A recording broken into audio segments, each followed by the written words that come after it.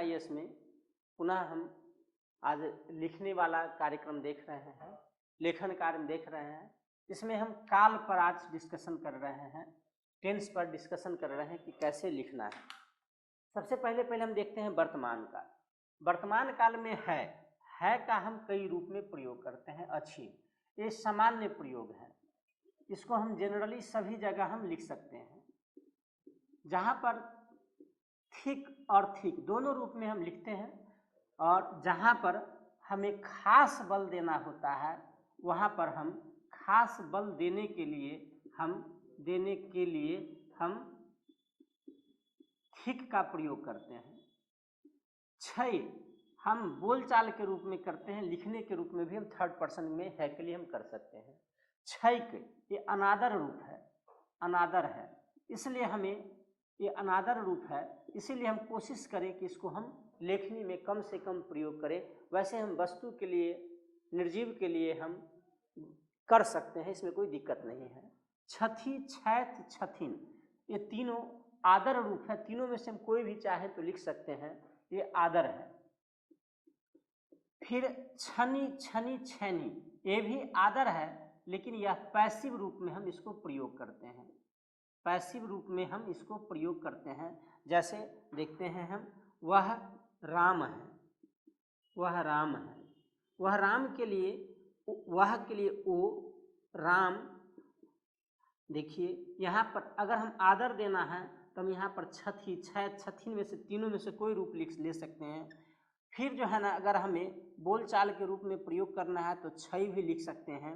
अगर सामान्य प्रयोग करना है तो अच्छी भी हम लिख सकते हैं, और थिक हमको लिखना है तो हम थिक भी लिख सकते हैं, खास बल देना हो तो। और ऐसे हम क्षय भी लिखेंगे तो अनादर रूप होगा, ये प्रयोग हमें नहीं करना है लिखने में। जैसे ये हो गया आपका ये छठी वाला आदर। अब हम छनी वाला आदर देखते हैं। उन्हें राम कहा जाता है, उन्हें राम कहते हैं, उन्हें राम कहते हैं।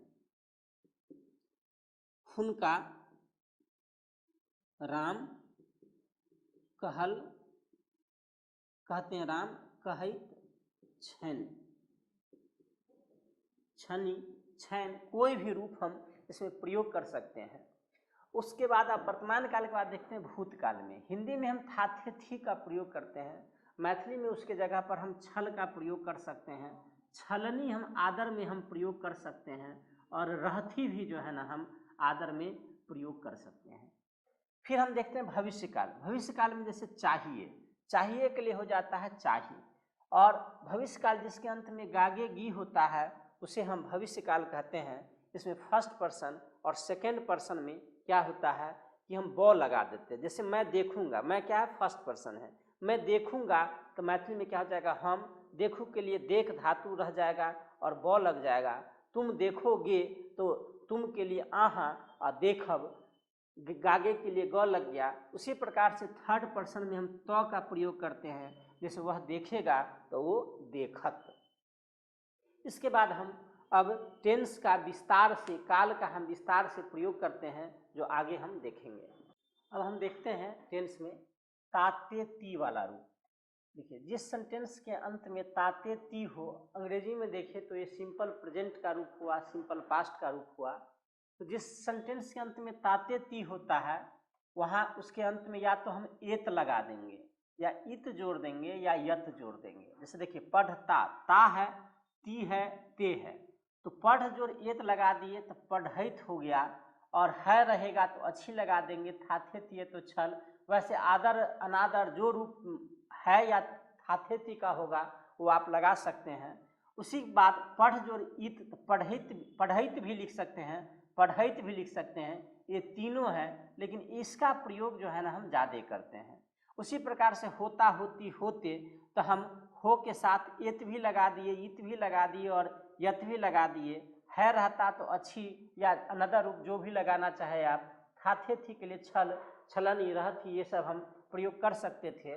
अगर काम दूसरे के लिए हो, अगर पैसिव रूप में अगर हम ताते ती वाला सेंटेंस को देखते हैं तो ताते ती के लिए जो है ना, यहाँ पर ताते ती वाला जो सेंटेंस रहता है उसके लिए हम बैत लगा देते हैं। जैसे देखिए पढ़ाता पढ़ाती पढ़ाते, तो क्या हो जाएगा पढ़, यहाँ पर अता के लिए क्या हो जाएगा बैत लग जाएगा। यही अगर रहता कि पढ़वाता, तब क्या हो जाएगा पढ़ब सेम रहेगा, पढ़ब पढ़ब, और बैत इसमें लग जाएगा पढ़बैत, पढ़बैत। मैथिली में जो है ना तीनों लिंग में एक समान होता है, क्योंकि मैथिली में क्रिया में लिंग भेद नहीं होता है, इसलिए पढ़ाता पढ़ाती पढ़ाते सब के लिए एक ही चीज होता है। उसी प्रकार से देखते हैं आता आती आते अबैत, गाता गाती गाते गबैत, लाता लाती लाते लबैत, पाता पाती पाते पबैत। ये चारों जो सेंटेंस है इसका रूप इस साइड नहीं इत एत वाला में नहीं मिलता है, यह केवल इसी रूप में मिलता है। इसके बाद हम देखते हैं आगे कि जैसे रहा रही रहे होता है, रहा रही रहे,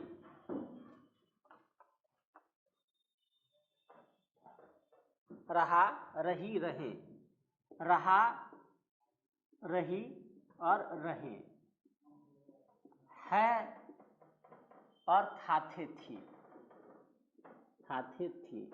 तो रहा रही रहे हैं तो क्या हो जाएगा रहल हो जाएगा, है तो अच्छी हो जाएगा, थाथे थी है तो छल हो जाएगा। वैसे आदर के अनुसार से आप अपना इसका रूप बदल सकते हैं।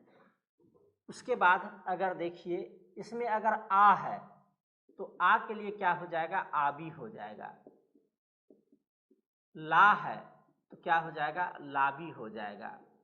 उसी प्रकार से अगर गा है तो क्या हो जाएगा गाबी हो जाएगा, पा है तो पाबी हो जाएगा। लेकिन ये बस चारों के साथ ही ये अपवाद है, लेकिन जा अगर है तो क्या हो जाएगा जा ही रह जाएगा, खा है तो खा ही रह जाएगा। बस ये चारों के साथ अपवाद है कि बीवी जो है ना इसमें लग जाता है। फिर उसी प्रकार से अगर यहाँ पर रहा रही के अलावे, यहाँ पर रहा रही सेंटेंस के अलावे अगर चुका चुकी है, चुका चुकी चुके, तो भी क्या हो जाएगा यही हो जाएगा चुकल हो जाएगा, बाद बाकी सब एक ऐसे ही रहेगा। अब हम देखते हैं भूतकाल का रूप।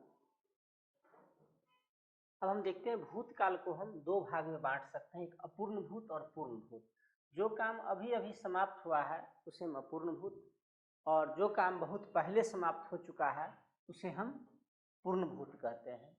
अब हम देखते हैं यहाँ पर इस दोनों रूप का यहाँ पर देखते हैं। ये हम पहले हमारा जो लेखन होता है उत्तर का थर्ड पर्सन में ही होता है, इसलिए हम थर्ड पर्सन वाला रूप देखते हैं। आदर जब रहेगा इसमें तो लन ही या लैन ही तीनों में से एक चीज हम लगा सकते हैं। जैसे खाया, तो खाया के लिए ख य लनी लगा दिए, फिर लन ही लगा दिए, फिर लैन ही लगा दिए। वैसे ही पढ़ा के लिए पढ़ लैन ही, गया के लिए गे लैन ही। उसी प्रकार से देखा के लिए देख लैन ही। उसी प्रकार से अगर जनरल रूप लिखना है तो ल लगा देते हैं, जैसे खाया तो खायल, पढ़ा पढ़ल, गेल देखल। अनादर अगर हो जाता है तो लक लगा देते हैं, खैलक पढ़लक। गया का में गेलक नहीं होता है, वो अपवाद है, इसलिए गेल केवल रह जाता है। देखा देखलक एक ही अपवाद है, इसलिए हम यहाँ पर आपको लिख दिए हैं।